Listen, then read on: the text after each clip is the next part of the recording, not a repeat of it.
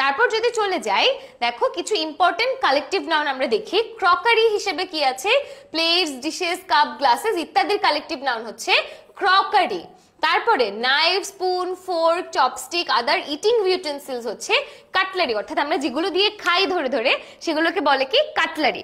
তারপরে যে রেস্টুরেন্ট বা প্লেস আছে যেখানে খাবার দেয় সেটাকে বলে ইটারি।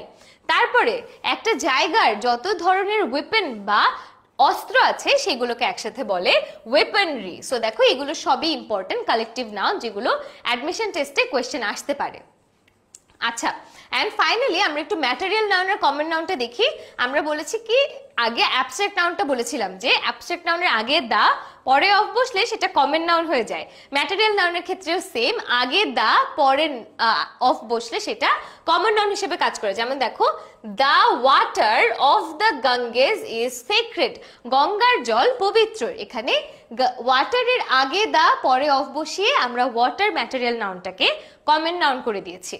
তারপর দেখো, যখন ম্যাটেরিয়াল নাউন দ্বারা কোনো উপাদান না বুঝিয়ে উপাদানের তৈরি একটা জিনিস বোঝায় তখন সেটা নাউন হিসেবে কমন নাউন হিসেবে কাজ করে। এক্ষেত্রে ম্যাটেরিয়াল নাউনটার পূর্বে একটা আর্টিকেল বসে বা সেটা প্লুরাল হয়। সো দেখো, he was put in irons.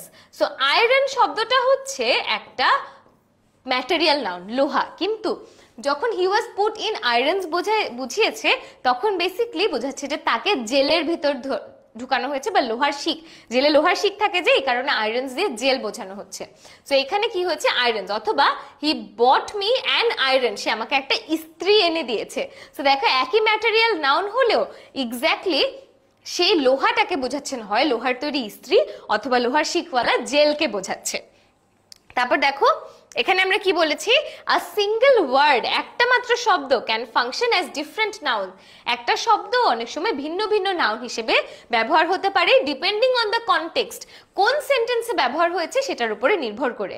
এবং তোমরা যারা অ্যাডমিশন টেস্ট দিবা তোমাদের জন্য অনেক ইম্পর্টেন্ট এটা, কারণ দেখা যাবে যে পরীক্ষায় কনটেক্সটের উপরে বেস করে তোমাকে প্রশ্নটা উত্তর দিতে হচ্ছে, অর্থাৎ কি অর্থে ব্যবহার করা হচ্ছে, কি হিসেবে লেখা হয়েছে সেটা ভালোভাবে বুঝতে হবে।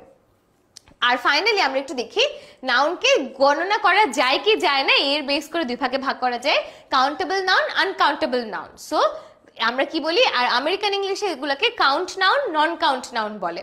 সো অনেক সময় আনকাউন্টেবল নাউনকে ম্যাস নাউনও বলা হয়ে থাকে। সো ইজি, যেটা গুণা যায় সেটা কাউন্টেবল অথবা কাউন্ট নাউন, যেটা গুণা যায় না সেটা আনকাউন্টেবল অথবা নন কাউন্ট অথবা ম্যাস নাউন। আচ্ছা,